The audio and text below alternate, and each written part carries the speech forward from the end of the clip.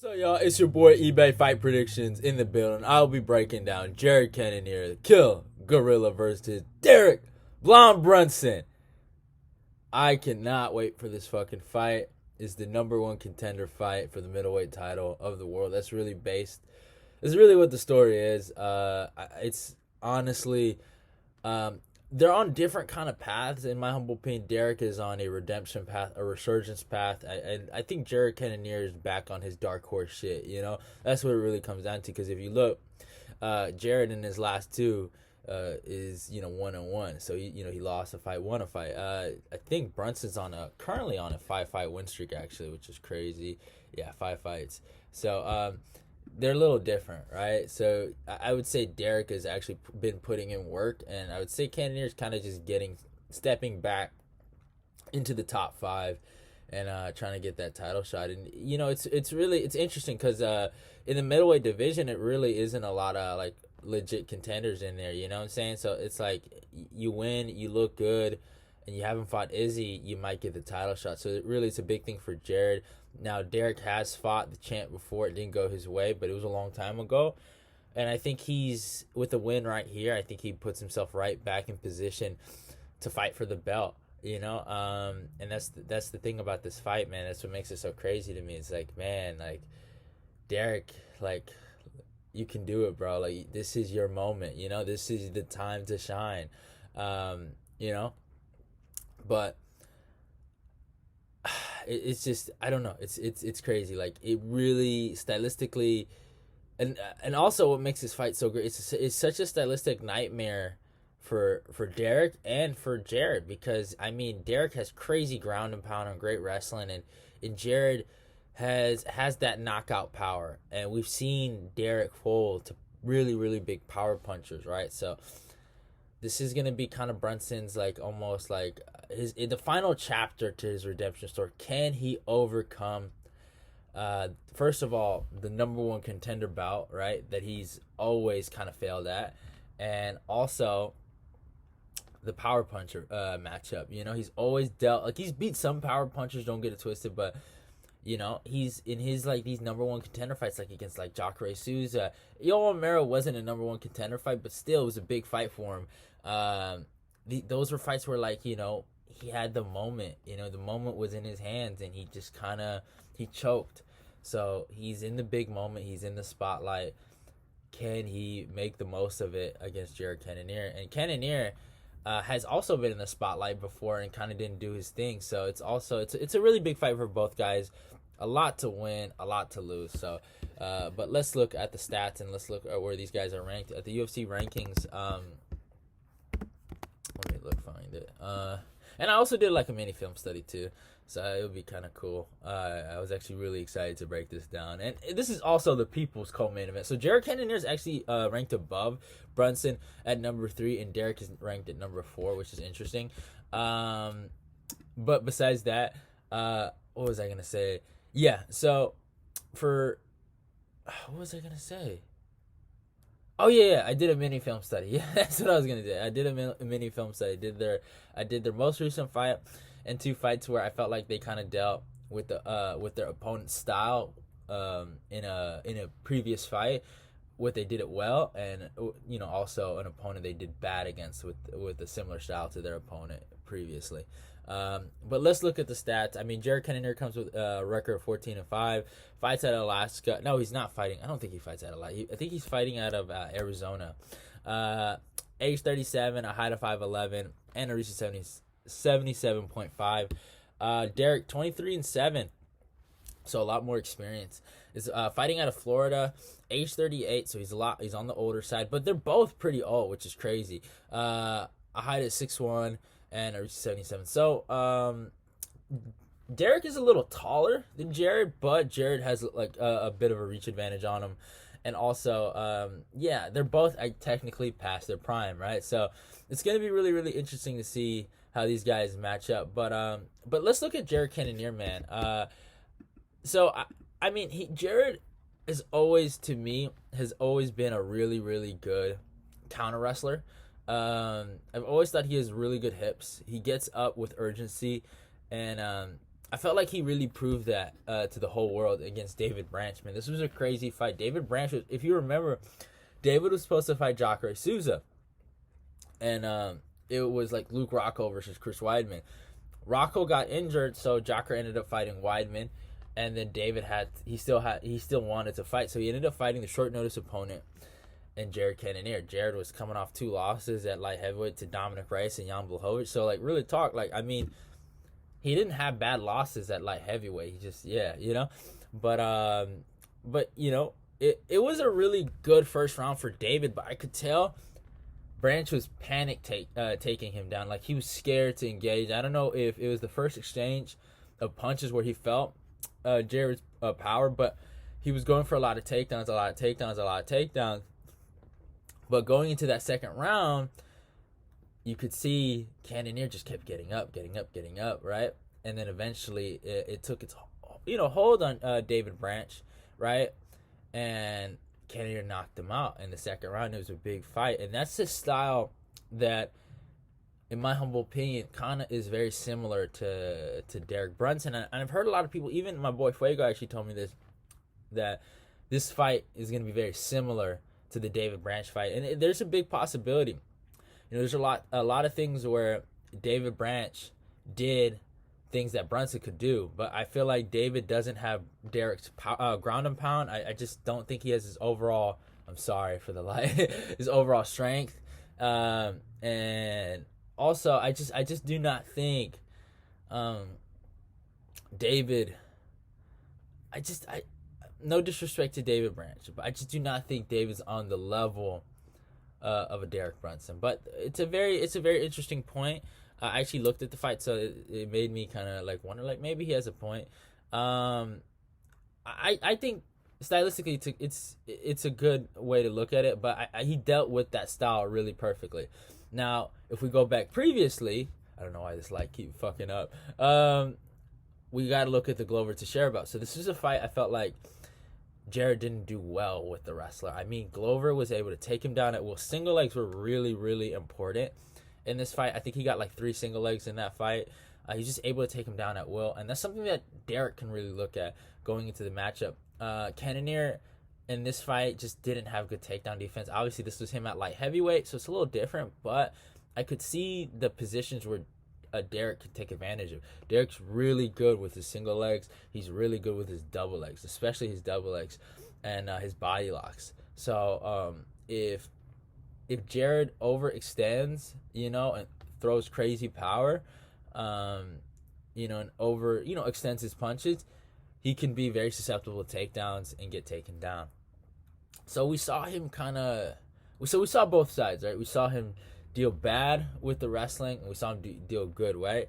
And he just has, overall, he might get taken down, but he has good urgency. But in his most recent fight against Kelvin Gastelum, I felt like he lost, right? I still feel like he lost that fight. I felt like Kelvin won the first round and the second round and the 5th round.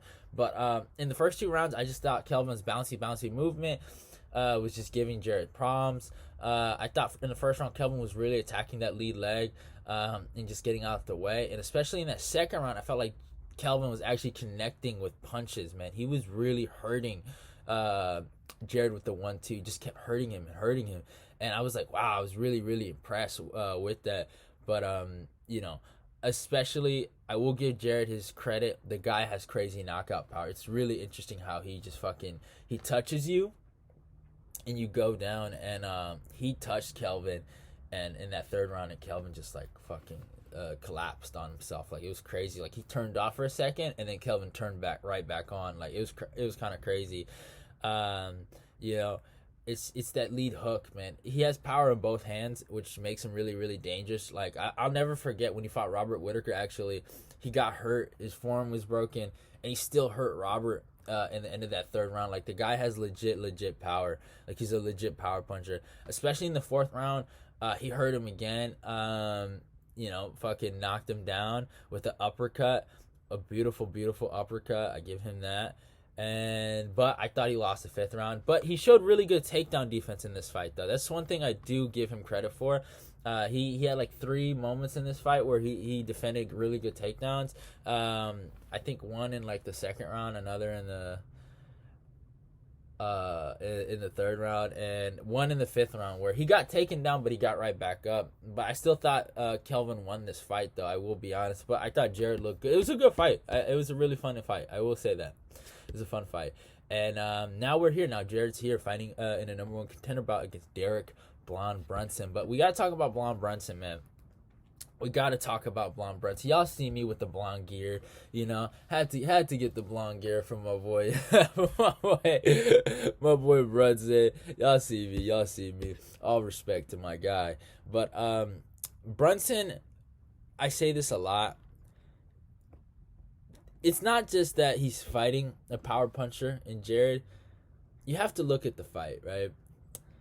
This is so important to Brunson's career. You know what I'm saying? Like, a lot of people don't realize it. This is a power puncher in a number one contender fight. He's always failed in these number one contender fights. He's always placed second. You know what I'm saying? Like, he's always placed second.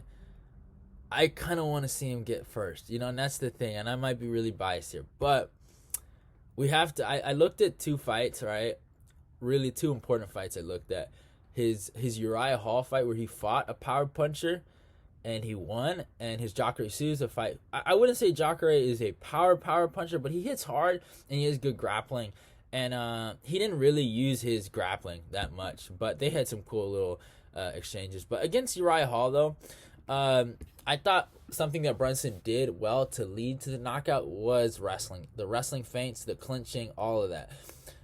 He really fucked Uriah Hall up with the first initial grappling exchanges, and then, you know, if you look at the shot that he threw the hook, he dipped, right? He kind of dipped as if he was going for a takedown, and he threw that lead hook, and Uriah was out, and then he finished Uriah.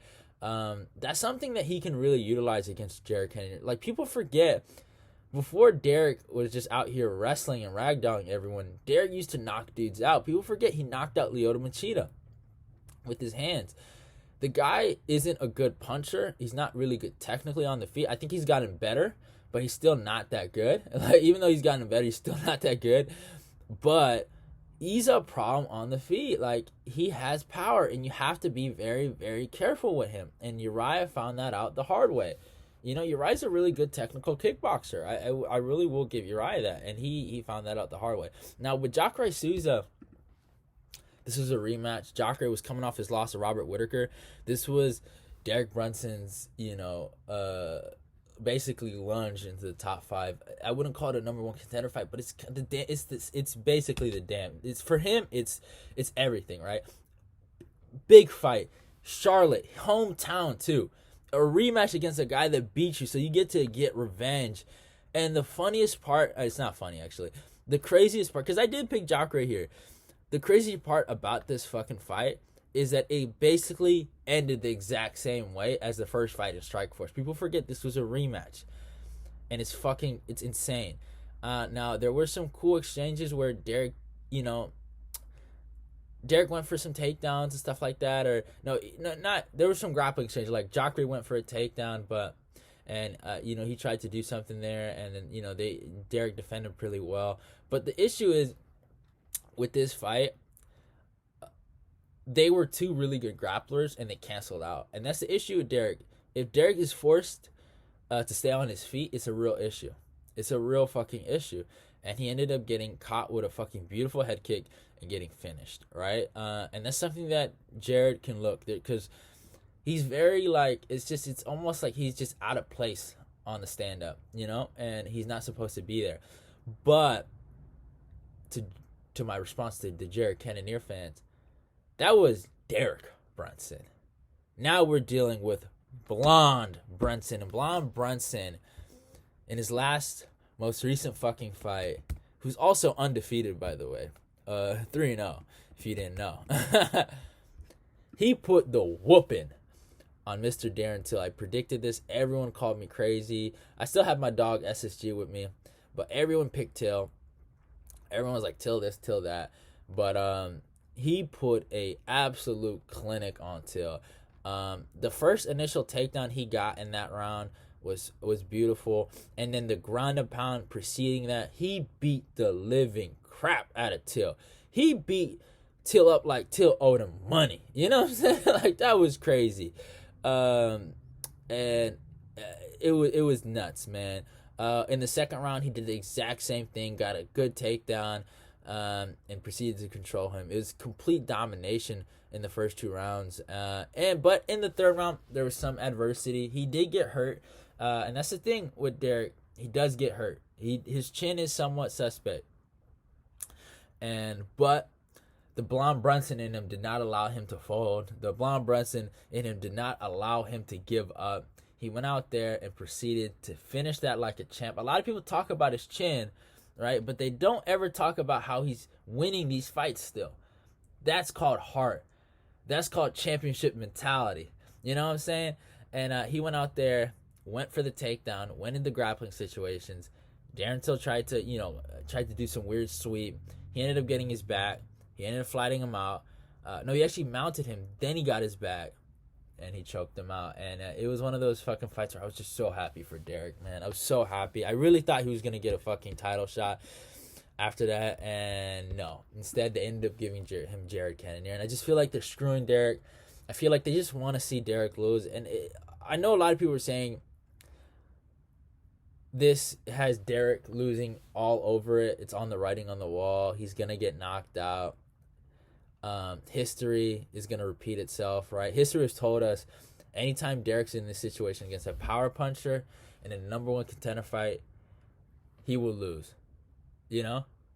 Like, it's just not one of his things, right? But in my humble opinion, I think Derek got this. I really do think Derek got this, man. And I'll never forget the King Mo interview he actually did. Not Derek, but there's a King Mo interview after he beat Gegard Mousasi. And he's saying, I've always been second place. I've always been in wrestling, I was second place, right? In my life, I was second place. But for the very first time, today, I'm in first place. And no one can take it away from me.